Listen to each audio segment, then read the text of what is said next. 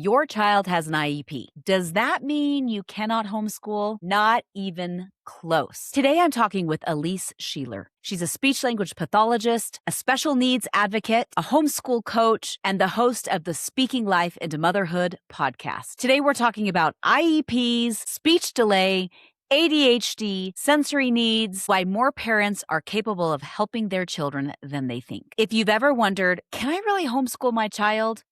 This episode is for you. Hello, my name is Janae Daniels. I'm a wife, a mother of 6, and I'm a former middle school teacher turned homeschooling mom, independent researcher, homeschooling advocate, and homeschooling mentor. Welcome to the School to Homeschool podcast. Hello, my friends, and welcome back. I'm very excited for today's guest. We have Elyse Sheeler. She is the host of the Speaking Life into Motherhood podcast. She is a licensed speech language pathologist, a special needs advocate, and a homeschooling coach. We're so excited to have her on today. Thank you so much, Elyse, for coming on and joining us today. Thank you so much for having me.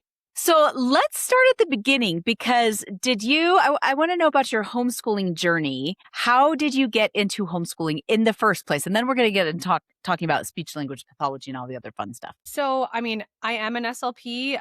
Have worked in the public schools for 11 years. If you would have asked me 5 years ago if I was going to homeschool my kids, I would have looked at you cross-eyed and been like, I don't even know what that is, which is kind of interesting. But I think like several, probably many people have started to have that transition where that wasn't a thought in their mind. And then for some reason it came to them. I think COVID started things for me. I had been in the schools. I was really seeing some of the changes, some of the ideologies and things that they're saying aren't being taught, but were being taught and were being lived out. And just once I had my own kids was starting to be like, well, what about my kids? How is this going to affect them? How does this line up with, my values? And then it was about 3 years ago only that I remember I had a speech and language classroom, which is a very unique thing. And I was sitting with my educational assistant and I was like, what if I homeschooled? Like completely out of the blue. I feel like that was the first of many, what I lovingly call like zingers from God, where he just placed it on my heart. And I said it out loud thinking she's going to look at me like I'm okay. This sounds interesting, kind of like that's a weird thought. Instead, she was super positive. I'm like, well, I'm going to ask a couple other people that I work with in the public schools. Every single person that I talked to was like, I think you should do it. You would be great. Or I homeschooled for this period of time, or I'm still homeschooling. And I was kind of like, okay, well, maybe there's something to this. I'm going to look into it, learn a little bit more. I delved in and learned as much as I possibly could and just really continued to feel reassured. Again, I think God was just like, yes, here, let me show you the way.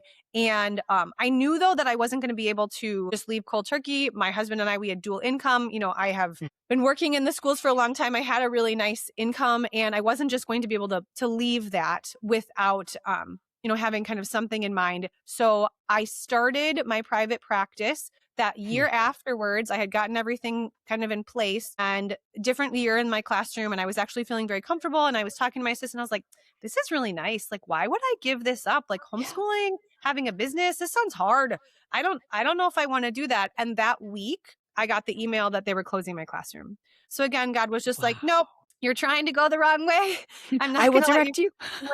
Yeah. And he kind of just directed me. And so then I just was like, then I was committed because I felt even more hurt by the system than I had previously, because what we were doing, I felt was really valuable and was something that the students that I was working with were really making progress. And what they were changing it to was going to really hinder that and truly affect how we could help the students that needed it. And I was like, this is what I need to do. So I went part-time last year, and then 2 days a week we were doing homeschool. My kids were still preschool age. And then this has been my first year. So we're just finishing up our first like true year of homeschooling because my daughter is kindergarten, and I have not looked back. My husband has been the most amazing man in the entire world, because I remember when I told him and he was like, what are we doing? Okay. Kind of like, wait a minute, you're quitting your job. How can we do all of this?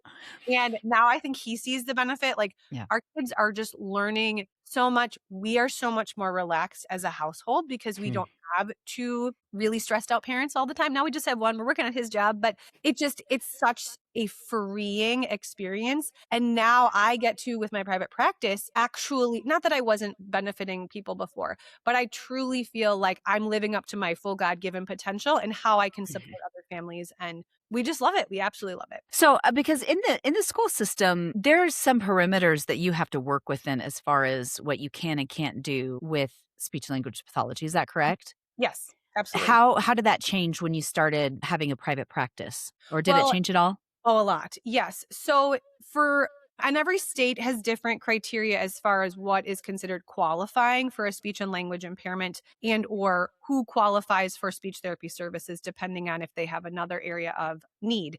But you have to have very, very significant impairments or delays or deficits in order to qualify, like at the minimum. And then the only things that we can work on are things that quote unquote impact the education. And so Oh. you're very limited in who can qualify and when. So if there's kids that are kind of on the bubble who maybe just need some support and could potentially get to the place with support where they are doing a little bit better functioning, we have to wait. We have to wait until they are so far behind in order for them to qualify. With private practice, I mean, depending on how you're doing it, if I am doing actual speech therapy treatment, they do still have to be delayed, but there's no specific criteria. If you're working with insurance, they might have a say in some of that. I don't take insurance, so that like has completely freed me. And then there's also things that you can do that would be considered like more like tutoring or coaching, where again, maybe parents are just looking for some support and you can do that. I think the biggest thing though that I noticed at the end was as I was starting to transition into more of the airway and myofunctional therapy and feeding realm because of my son's issues was that as a school SLP, I can't make a referral. And again, every state might be different in their laws, but typically like I couldn't say if I came to an evaluation and there was a child that let's say was getting evaluated for ADHD. And I asked during the evaluation, how does how does your child sleep? Oh, he sleeps terribly. He snores because he had any ear infections. This history of ear infections. And I look at him and I said, well, when I looked at his mouth, I could see his tonsils, his teeth are kind of crowded. I noticed some of these things. I can't say, I think your child needs to see an ENT or your child needs to see an airway dentist or you need to have a sleep study. Because if I would do that, then the school would be on the hook for any of those things, even though really these are very medical things, but that are very likely impacting this child's education. So we could never do that. And so I would do a lot of like, if this were my child, this is the person I would call and this is what I would do, and at the end I felt a little more comfortable because I knew I was leaving, but I could never, and some of the parents, it didn't, that It they didn't didn't register. understand, what I was saying. And so now in my private practice, I have parents come in and I'll say, these are the people that I think you need to see. Cause it's not always me that needs to be the first provider. You need to see the dentist first. You need to see the airway doctor, or have you, looked into any sort of gut stuff? Because a lot of things are related to that.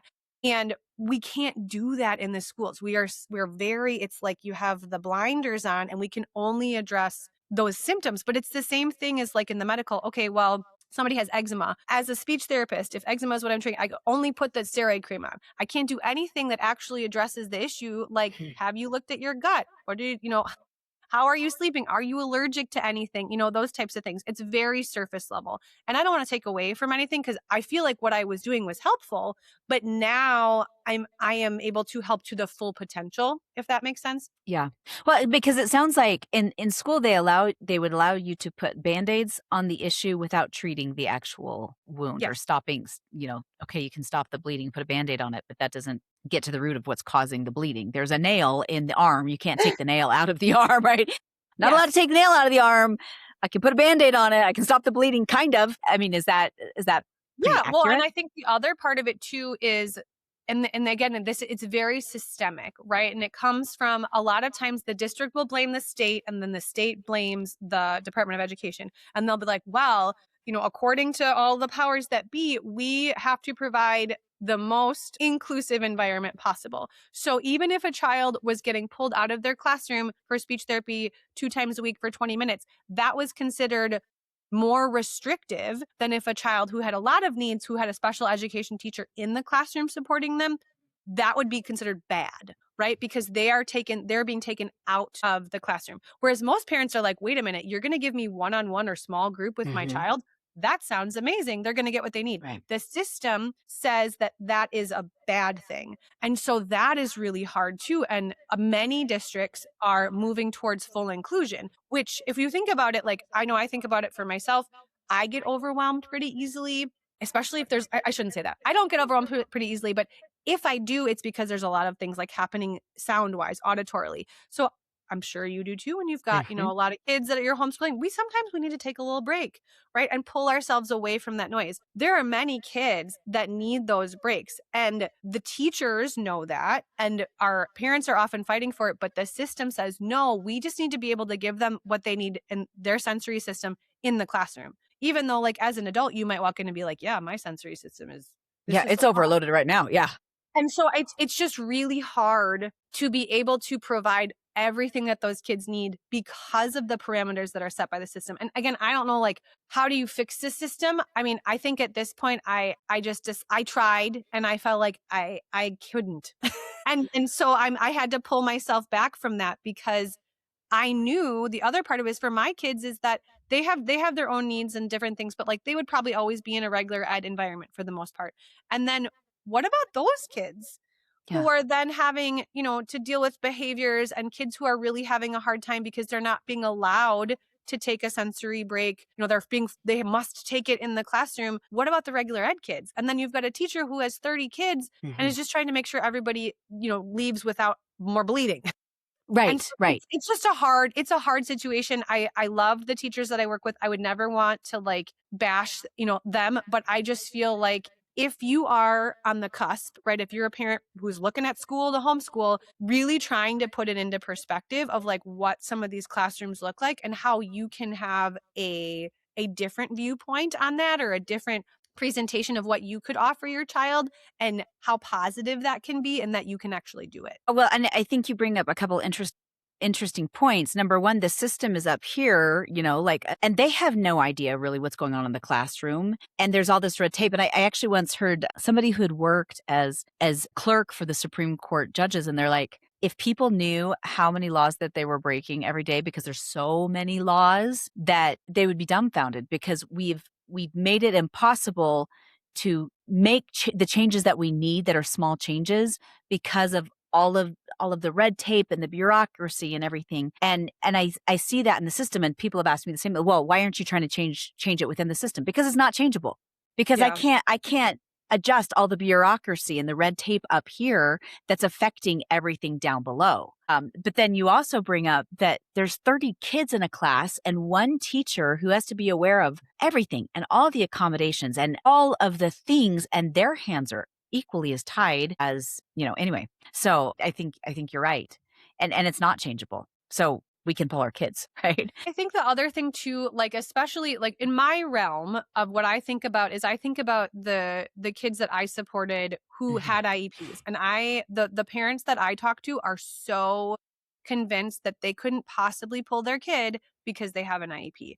And I am here to tell you that you can. And I think the biggest thing to think about is, okay, you have a case manager who's in Mhm. charge of supporting your child, and they have the goals and all these things. Typically, and again, districts might be different, but it's like one time a day for 10 minutes, they're getting seen for math. One time a day for reading, a couple times a day, maybe, 5 minutes, they get some sort of break built in. If you think about how much time that teacher has actually with your child, and the majority of those times, in my experience, not for everyone, there's other kids involved. And so how much more support can you give as a parent who's able to provide, even if there are other kids in the home, you're probably going to be able to provide way more one-on-one support for that kiddo in the home than those special education teachers do. And again, I'm not trying to knock teachers, but because it's so hard, it is very Mhm. difficult to find skilled and licensed people. And many of the schools that I was in before had unlicensed people who are, coming in. They used to work at Target, nothing wrong with Target, but like not having experience with special education, and Mhm. are having to learn all of these things. Who knows more about your child? This person who's frantically Right. trying to learn all the special ed laws and rules and manage probably 20 different kids, all with different needs, or you who has, maybe a couple of kids, but is with this child every day. And I think if we can, my goal is to be able to empower parents so that they can do it. And when Yes. you start to like think about the numbers, and just like logically numbers and time, and you kind of go, I think I can do that, right? I can Mhm. manage Mhm. this. So let's talk about IEPs for a second, because I think that scares a lot of parents. I know that certainly was something that was on my mind when I pulled my kids, because I thought, oh, what if my youngest ends up needing an IEP. She was in preschool and my other kids were older. But looking at IEPs, what do you find, at least in Wisconsin where you are on IEPs for kids? Can we delve into that? What some different things on the IEPs are? Yeah, I mean, so like essentially the basic breakdown of an IEP is there's some level of like present levels. So what are their current skill levels? And they're going to look at your basic areas. What are their reading levels at? What are their math levels at? Usually there's writing and then, some of the more functional skills. So social skills might be on there, adaptive skills, which would be like, especially for the little kids, like, are they potty trained? Those types of things. So you're going to have a baseline of all of those basic skills. And then from there, the team should create some goals. So they are then going to see how can we get this child to move from these baseline of skills to the next level up. Once they have the goals written, they're going to talk about, well, what accommodations or modifications does this child need in order to be able to achieve these goals? And then the same thing goes for the services. But I think the thing to remember is as a parent, we would want the most amount of services available. Right. And the way that the system is set up is it's literally, we have to provide the bare minimum. And that's, again, it's not saying that people want to do that, but the more services or the more a child is taken out of the classroom, the worse it looks for the numbers, the worse it looks for that district and that building. And then that IEP should go through for a full year, but they're only looking at a couple of goal areas.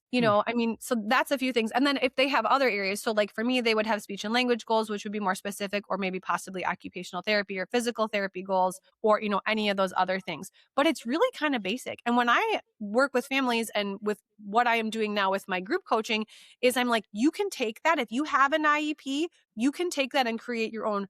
Instead of individualized education plan, you can create a home education plan. And you can really encompass all of those things. And sometimes for parents who have been in this system for a while, it feels very comfortable to be able to say, okay, this looks like my old IEP. I can do this. It's, we can kind of walk through those things, but that's really it. And it's a living and breathing document. It can always be changed, but I don't think parents realize that either. I think they go into these meetings and are like, there's a bunch of people telling me what to do, and I'm just going to say yes, and that's fine. And unless you have an advocate or some, other experience, you just kind of take whatever they say as is. As gospel. Yeah. That this they're the experts and I'm not, and so therefore they know better. That's how I was as a parent. Not anymore, but that's how I was. Yeah. Okay, so let's do a hypothetical IEP for a hypothetical child, if that's okay. Can we do that? Yeah. And then turn that into an IEP at home or a home education plan. Absolutely. The child has, let's see, I'm not in this world enough anymore. So as far as the child has been diagnosed with severe ADHD, they may have sensory processing issues. There's very little executive functioning. Okay. And they have some speech delays. I gave you a whole bunch of things that this child's dealing with. This is all hypothetical. I'm literally pulling it out of my head. It's not an actual person. I love this. So if you came to me with that child, what I would say is like the first thing that we have to look at is foundation. If a child is not regulated, so if there are sensory processing difficulties, if they are not regulated, they are not going to be able to learn, right? Or to learn to their full potential.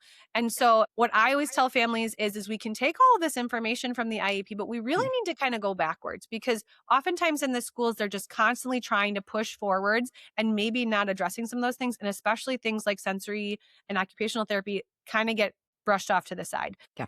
I would say, do we have an age for this child? Let's make the child 7, 8.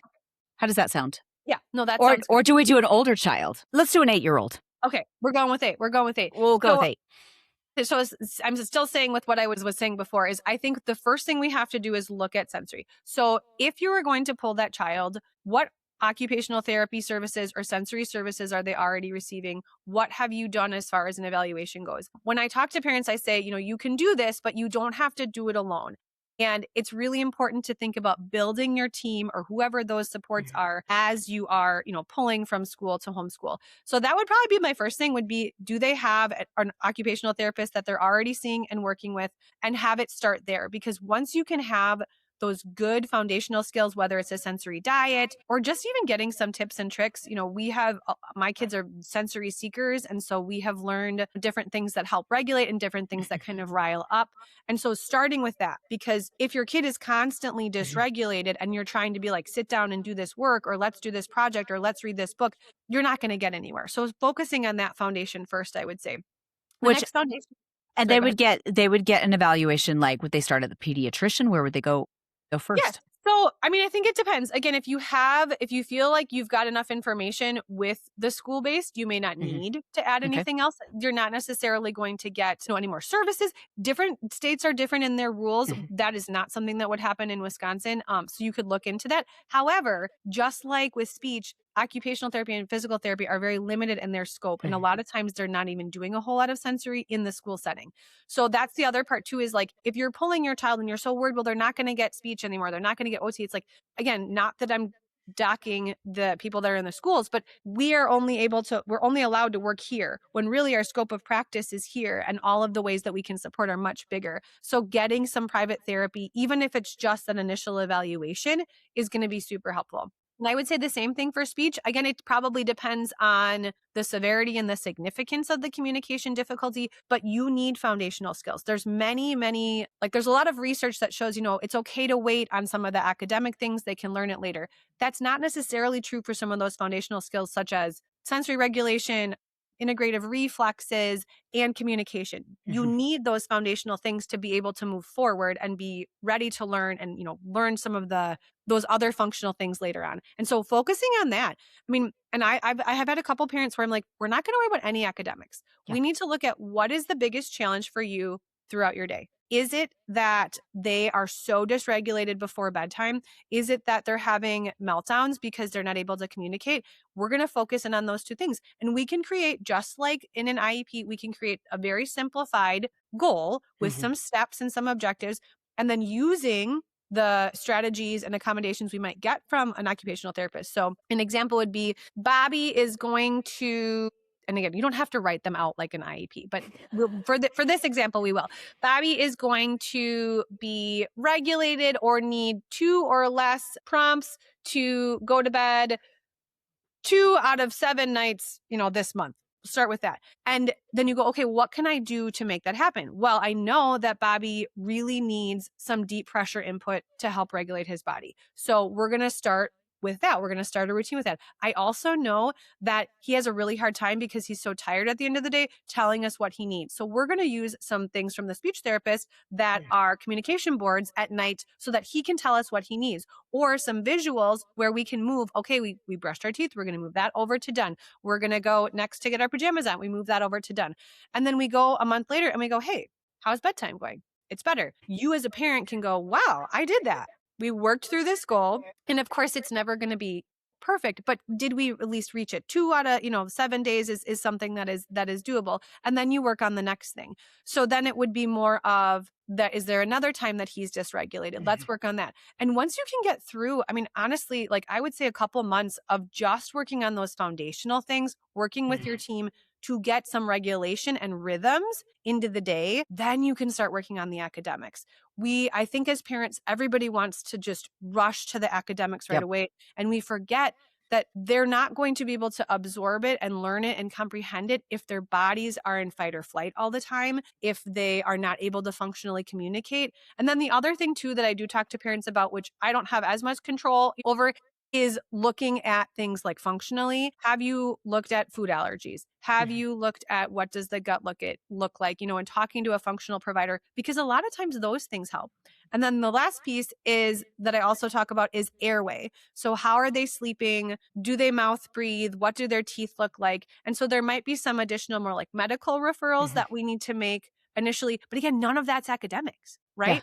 Yeah. It's all that, like, how can we help their little bodies be ready to learn? And then you can kind of move on to the next thing. Does that answer your question? Yeah, I think it does, because, well, I think you bring up something very important, that no academics are going to happen if there's bigger underlying things going on. Mhm. You know, I know for me as an adult, if I am starving and I am exhausted and I try to sit down to go to like a conference or something, I'm going to have a really hard time retaining any information while my body's exhausted and I'm hungry. And kids are no different. You know, Yep. if they're in pain or if they can't breathe or if they, like then they're going to have a really hard time with academics. And I love that you bring up like these are things that we can do as parents at home. And when we don't have 30 kids to deal with, we've got, our own kids and maybe even you have 10 kids. I do have a friend who has 10 children. It's a lot more manageable to give that child the exact thing that they need and figure out what they need as well. So I really appreciate that. I think the other thing too is that once you get some of that foundational things, you gain confidence as a parent. And Oh, then you yeah. can move on to the next thing because also when your child is in fight or flight and their nervous system is their lid is flipped, right? If there's other kids, that's not going to help them. And so you really thinking about it as we are creating the foundation for healthy learning for the entire family and not having to feel any like level of guilt. And then once you get there, then we can start moving on Yeah. to like, how can I individualize their more of their like quote unquote education, Mhm. right? By looking at what they're interested in or understanding that, Bobby likes to do things like he likes to read with his head upside down on the end of the bed. And Yeah. that's totally fine because that's what helps regulate him and like digging into, and he's super into space. So we're going to do all of the space things right now. And we can't do that though if our bodies and our brains are not regulated, at least some of the time. Yeah. No, I would agree. So now you've moved into doing private practice with speech language pathology. How has that been for you with trying to juggle working as a homeschool mom? What does that look like? It has been a challenge. I mean, I definitely don't I tell people I don't recommend doing everything at once like I did. If it was me, I would say maybe like do one first or like have your business and then start homeschooling or start homeschooling and then start your business. It's been a lot if I'm, being honest, but I am very blessed in that I have 2 days a week that are set aside that I am in my office and my parents take my kiddos those days and then my husband picks them up. So I do have like true quote unquote work days. Now I have flexibility. Mhm. If I need to take a day off, I'm in charge, I'm the boss, and that is really helpful. And then I think, and I think I've heard you say you're very eclectic. I think Mhm. I'm also going to be very eclectic in my style of homeschooling. We have used an app called reading.com. Both of my kids are reading. I think that helped a lot. And then I love Charlotte Mason. So we've incorporated some of those things in. We do morning time and we do have some workbooks. And again, for this year for kindergarten, I kind of feel like we're feeling it out. But I mean, I probably not wisely went through and like did some checklists with Common Core. And I just had Tina Holland back on and she's like, you don't need to look at Common Core. But I'm like, I don't know what else to do. Like I want, we all want that justification of like Yeah. feeling like we're doing okay. And they're all doing fine. Yeah. And I have like, how much structured stuff have I done? Not very much. I Yeah. mean, I say every day we're learning. I think that that's a big part of it too, is if you are pulling your kids, you have to deschool, right? Mhm. And my kids went to daycare and, my daughter went to a 4K program. So they've been in the system before coming. And so we just have been like, when we're homeschooling, what that means is that there's never not an opportunity to learn. And so we're constantly talking about that. And like earlier this week, it's been a really busy week with working. And I was like, oh, we didn't do like any lessons. Like usually yesterday we went to the bank because we were counting all the money. At least I feel like we've done something. I was like, we got to do something. My daughter's like, we're going to make muffins. And I was like, yes. Okay. So I Yes, want we you to are. write the ingredients. We're going to write the ingredients. I'm going to make you do some math. And they were super excited about that. So I think that there's ways that you can do it, especially for kiddos with additional needs where all you have to do is worry about what's next for them. Mhm. And that's what I preach. And sometimes it's still hard to practice what I preach, right? Of like, don't worry Yeah. about any standards. It's just what's the next skill that you want them to learn. I will say we are, I think probably forever going to do school year round Yeah. because I have less work. I have a virtual contract with a school that I do during the school year. And so I have more time during the summer. So last summer was amazing. That was our first year, homeschooling. And we really did a lot. Like that was where we built some of our rhythms. I don't Mhm. do any schedules. It's all very flexible, but that has helped a lot. So I think if you want to, you can do it, but understanding that it may not fit into this like bubble of Monday through Friday. Right, You may right. have to do things, a little bit differently. And for us, it's just going to be kind of a constant, continuous, we're always learning and moving on to the next thing. Well, I think that's one of the beauties of homeschooling, though, is we can ebb and flow as life happens to us. I mean, I had mentioned before we started recording, my daughter has had this play, and it has been, I've been up late hours and at the theater, and it finally just closed, and I've been exhausted, and I haven't, done emails for a month, and like all the things. But also, our homeschooling to some degree has suffered. But then this coming month is a really slow month. And so we're going to be able to do a lot Yep. more, because the ebb and flow of life has been an ebb and flow of life. And, one of my kids has had to come with me, but she's had a great time, with being able to see the high schoolers do stuff. And, Yeah. she's loved that. But that's the beauty of homeschooling, is that ebb and flow as we see fit and as it fits the needs of our family. The other thing that you brought up was like the Common Core standards. I think that's something that all of us who are coming out of the system do, is we go, Mhm. what are they expected to learn and when? And Yes. we ultimately, I think almost everyone I've talked to lets that go at some point and goes, why? Why why am I worried about this? Like let's teach my child. I'm not teaching a curriculum, I'm teaching my child. Well, that's who we're teaching. And then the other thing is, my 10-year-old the other day, so we have not talked about fractions. She's in 4th grade.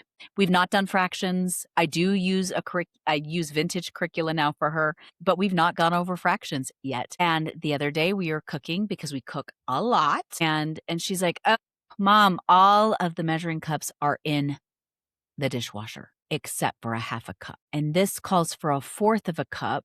So that's I would just fill the half a cup in half, right?" And I said, yes, you would. And she was like, and in this, I need a full cup of flour, so I'm gonna do 2 half cups. That's right, isn't it? And I'm like, yes, how did you I must have done such a great job teaching you. figure I did really great. No, and I was like, "How did you figure that out?" And she's like, "I figured it out in my brain." And I'm like, "That's fantastic." Mhm. So I think those real life experiences, like you cooking with your daughter, and being like, "We're going to do this recipe." It has a great deal of merit, and it's somehow they sometimes figure things out when we don't realize that they're figuring things out. So I Well, and I appreciate think when that. it's functional, like that's what is impactful too. And so if you have like a kiddo with additional needs, what matters to them? And if Mhm. it's something that matters to them, if it's Minecraft or if it, Yeah. they love trains, if you can bring in whatever you're wanting them to learn next into that, they're going to remember it. And then they're going to be like, oh, this is exciting. I kind of like this, or I want to learn more about this. And when we're doing that, then we realize, oh, this is great. It was the same thing. We've done a lot of stuff with like money lately where I'm like, you have a budget. We have an awesome used book sale by my house that we went to yesterday. And I was like, we have a budget. Like, you guys are going to have to figure this out. And the same thing, my kids were like doing the math on like how much. And well, if you get this one and I get that one, then we still have $10, and all of that. And it matters to them. So they're going to want to learn and they're going to Mhm. retain it more because it matters. Yes, it's true. There's this great board game called Making Change. I love this game. And it literally, like, it's a super simple game. It has cards and it says, this is how much the item cost, and this is how much money they gave you. And then each person has so much money and they have to make change. And whoever makes the change the fastest wins the card. And anyway, Oh, it's a super fun game. So my same 10-year-old that I was just talking about has been going down to the local it's a K through 12 schools, during track practice and selling stuff. And so we worked on like making a little budget, and like writing the inventory and how much everything costs and what her I profit love margin is going to be and all of the things. And she was so excited because she went down and she came back up and she's like, Mom, she went with her brother who's almost 14. And she's like, I've been doing so good making change, and I've made this much money, and this is my profit, and this and this is that. And we went over some math skills that we have not covered yet, but she's retaining those again because it's functional, because it means something Mhm. to her, because she also wants to make money. So I think you bring up some really valid points. You and I were talking before about the Homeschooling Expo that you're putting together in Yeah. Wisconsin. Would you share a little bit more about that? Sure, absolutely. So I am organizing a homeschool expo in Waukesha, Wisconsin, which is southeastern Wisconsin. It's kind of between Milwaukee and Madison. And there isn't a big convention in Wisconsin. And I just kind of put some feelers out there and I decided, why not me? I love organizing events. We We have quite a few vendors already. We've sold a bunch of tickets. It's going to be very family friendly. It's not going to be like the homeschool conventions of America or whichever one, there's some really big ones. It's just going to be kind of like what did I call it before? I called it like a market, a farmer's market for homeschool, right? We're going to have all sorts of different vendors, lots of different resources. If you're in the southeastern Wisconsin area, you'll be able to come.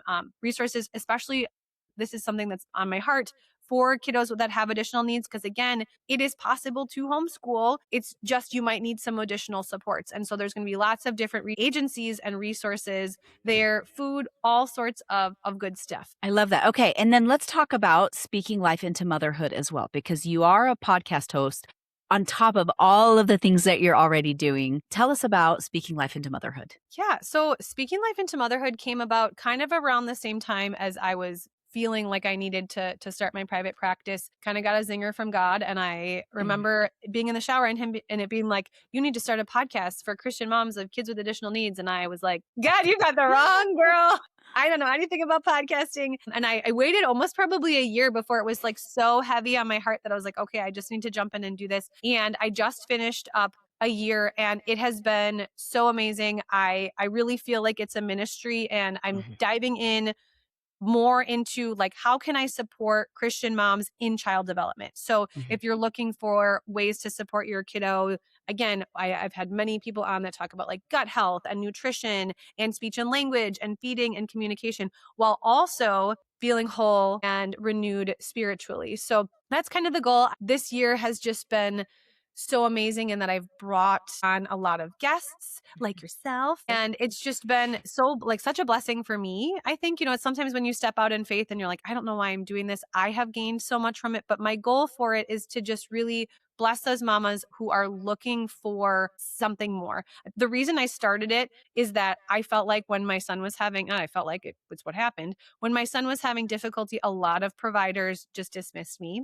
And it took me continuing to press on to find out what was actually going on. And all of the concerns that I had were valid, but several people had kind of just brushed me off. And so my goal is for listeners to be able to come on and be able to be like, I'm kind of concerned about this, and have either an expert or myself, which I'm an expert kind of in some, some things I like to think.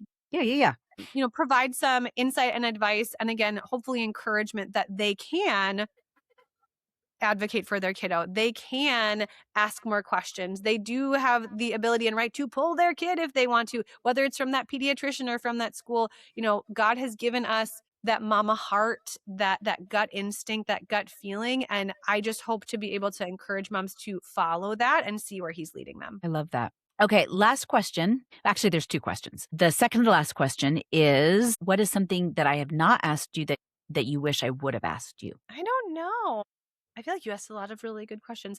I feel like the only thing that hasn't been said that I would like to say is that I feel like for myself personally, I wouldn't be able to be here had I not, one, trusted God. And I always use the analogy of like, I stepped in the boat, I was waiting on the riverbank, he had the boat, he was like, come on, let's do this. And I finally did that. But also that I have an incredibly supportive husband and immediate family around me. And that has been such a huge part of like, how can I do all of this? Well, I have all of these people supporting me. Even if you don't though, like it's still possible. I think you just need to find that team and, whether it's at church or somewhere else. But yeah, like that's how can I do it all? It's because I have a wonderfully supportive team. And we were watching TV and it was something about doing the dishes. And the woman was like, well, I've done a dish. And then that's how it is in my house. I've done a dish some point, maybe. I've done the laundry at some point in my life. I am very lucky that my husband works 10-hour days and he still comes home and takes care of those things. And so that I think for me is like part of why I'm able to do the many things that I can do. Because you have that support system. I love that. Okay, last question is, how can people find you? Yeah, so my website is speakinglife.co. No, there's no M. And anything as far as the Homeschool Expo is on there. If they are in southeastern Wisconsin and are looking for supports in regards to speech and language or feeding and airway, they can find me there. And then I would love if they would go on over to Speaking Life into Motherhood and check out the podcast and write a review if they like it. Reach out to me if they're interested in pulling their kiddo from school into that homeschool setting and they have an IEP or they have additional needs and they're concerned about it, they can check out my group coaching program, which is speakinglife.co/homeschool as well. Yay, I love it. Elyse, thank you so much for taking the time today and sharing your wisdom and your knowledge. Mamas and papas are doing, grandmas and grandpas and mamas and papas. I'm not going to forget you, grandmas and grandpas. Here's looking at you, Kathy. You are doing so much better than you think you are. You got this. We will talk next week. If you're rethinking education for your family, I would love to walk that journey with you. Join my newsletter for homeschool encouragement, practical resources, and forgotten wisdom from vintage books and real families. You can sign up at the link below. And remember, you are doing better than you think you are.